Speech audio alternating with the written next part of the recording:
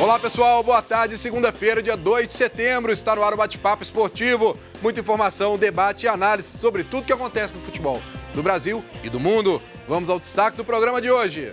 Fábio defende pênalti, Cruzeiro vence o Vasco no Mineirão. Com falha de Cleiton, o Atlético perde em São Paulo. Flamengo vence Palmeiras e segue na liderança do Brasileiro. Isso e muito mais, agora no Bate-Papo Esportivo.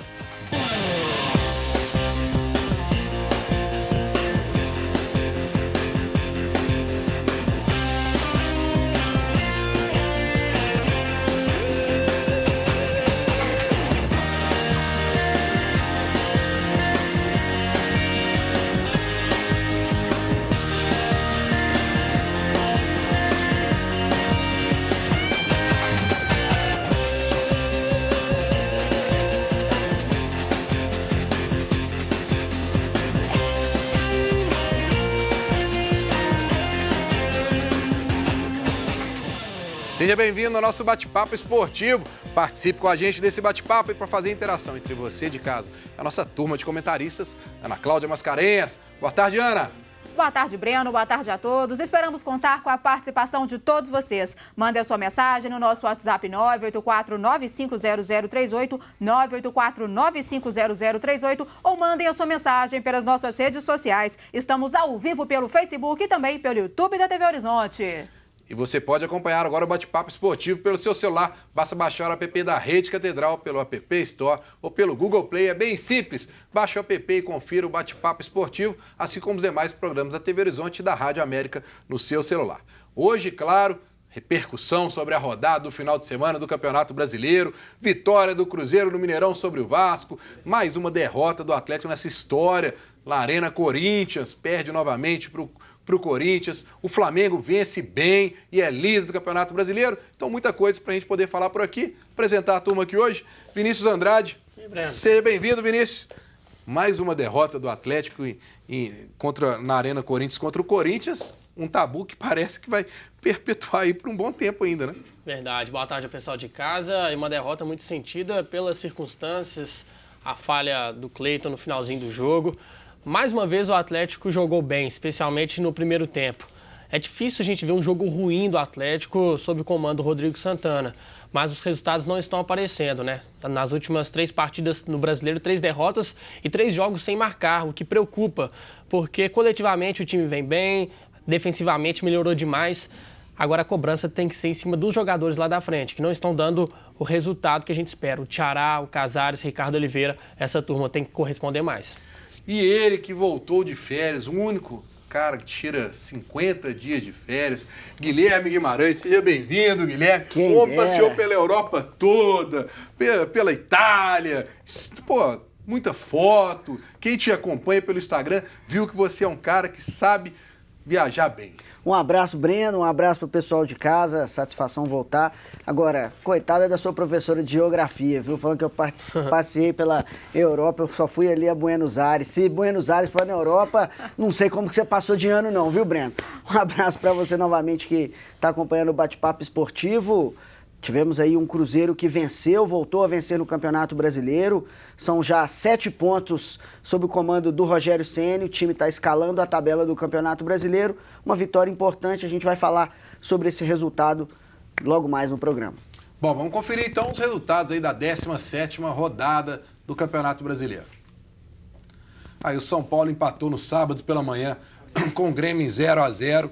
O Bahia venceu o CSA por 1-0. A Chapecoense perdeu para o Santos em casa por 1-0. O Atlético Paranaense vencendo o Ceará por 1-0. O Internacional, próximo adversário do Cruzeiro na quarta-feira pela Copa do Brasil, entrou com o time titular, venceu por 3-2 o Botafogo. Flamengo 3-0 no Palmeiras. Fortaleza 2-0 no Goiás. E aí os jogos dos mineiros. Cruzeiro 1-0 no Vasco. Corinthians 1-0 no Atlético. E hoje fecha a rodada. Isso, Fluminense e Avaí. Fluminense e Avaí, hoje à noite. Desses jogos aí, Vinícius, qual que te chamou mais atenção? O jogo mais esperado era Flamengo e Palmeiras, né? Porque são os 2 melhores elencos, maiores investimentos, mas o jogo não foi nada equilibrado, porque o Flamengo deu um chocolate no Palmeiras. E o Flamengo encaixou. O time está muito bem montado. O Jorge Jesus chegou há pouco tempo, mas já faz um grande trabalho. Antes o Flamengo tinha um problema defensivo, né? Não tinha bons laterais, a zaga também era bastante contestada. Agora tem 2 laterais que estão jogando muito, o Rafinha e o Felipe Luiz, uma zaga que se acertou com o Pablo Mari e também o Rodrigo Caio. Difícil segurar o Flamengo agora, Breno. O time está muito encaixado. E a situação do Filipão, será que começa a complicar mais ainda, Guilherme? Porque com a saída semana passada da Libertadores, já teve uma pressão enorme em cima dele. Aí, até um mês e meio atrás, todo mundo já falou que o Palmeiras ia ser campeão, estava com vários pontos de vantagem, e agora já caiu para 5º lugar da competição. A pressão aumentou. Você acha que o Filipão resiste aí? O Filipão tem um nome muito forte no futebol, né? Mas resultado no Brasil, ele com certeza faz valer aí a permanência ou não dos treinadores nos cargos. Acredito que uma próxima rodada aí de derrota do Palmeiras seja fundamental aí para a saída do Filipão. A gente tem que esperar, não estamos fazendo aqui nenhum terrorismo em relação ao Filipão, a gente sabe da história dele no futebol brasileiro e também no futebol mundial, só que o Palmeiras pós-Copa América é uma tragédia. O Palmeiras foi eliminado de Copa Libertadores numa situação que a gente viu o Palmeiras vencendo o Grêmio, depois levando a derrota jogando em casa em São Paulo, né? Porque teve que atuar no Pacaembu. É um detalhe muito, muito complicado, mas que já tem telefone tocando aí, você pode ter certeza que tem. E tem nome forte, né? DDD 31 ainda, porque não deve ter dado tempo de fazer ainda a portabilidade, não. Será que o Mano Menezes assumiria o Palmeiras com a identidade que ele tem passando pelo Corinthians, Vinícius? Eu acho que por ele assumiria sim, mas eu vejo assim, a história do Filipão no Palmeiras é parecida com a do Mano no Cruzeiro.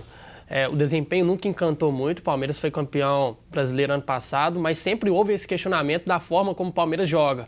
O futebol apresentado não é condizente com o elenco que foi montado. Então, eu acho que teria que haver uma mudança também de filosofia, da mesma forma como aconteceu no Flamengo. Um técnico que joga mais pra frente, mais atualizado, isso não significa, não tem a ver com a idade, mas sim com estudo, com atualização. Então, acho que Mano Menezes, apesar de ser um grande treinador, seria uma continuidade do que o Filipão vem fazendo. Vamos conferir, então, os gols da rodada.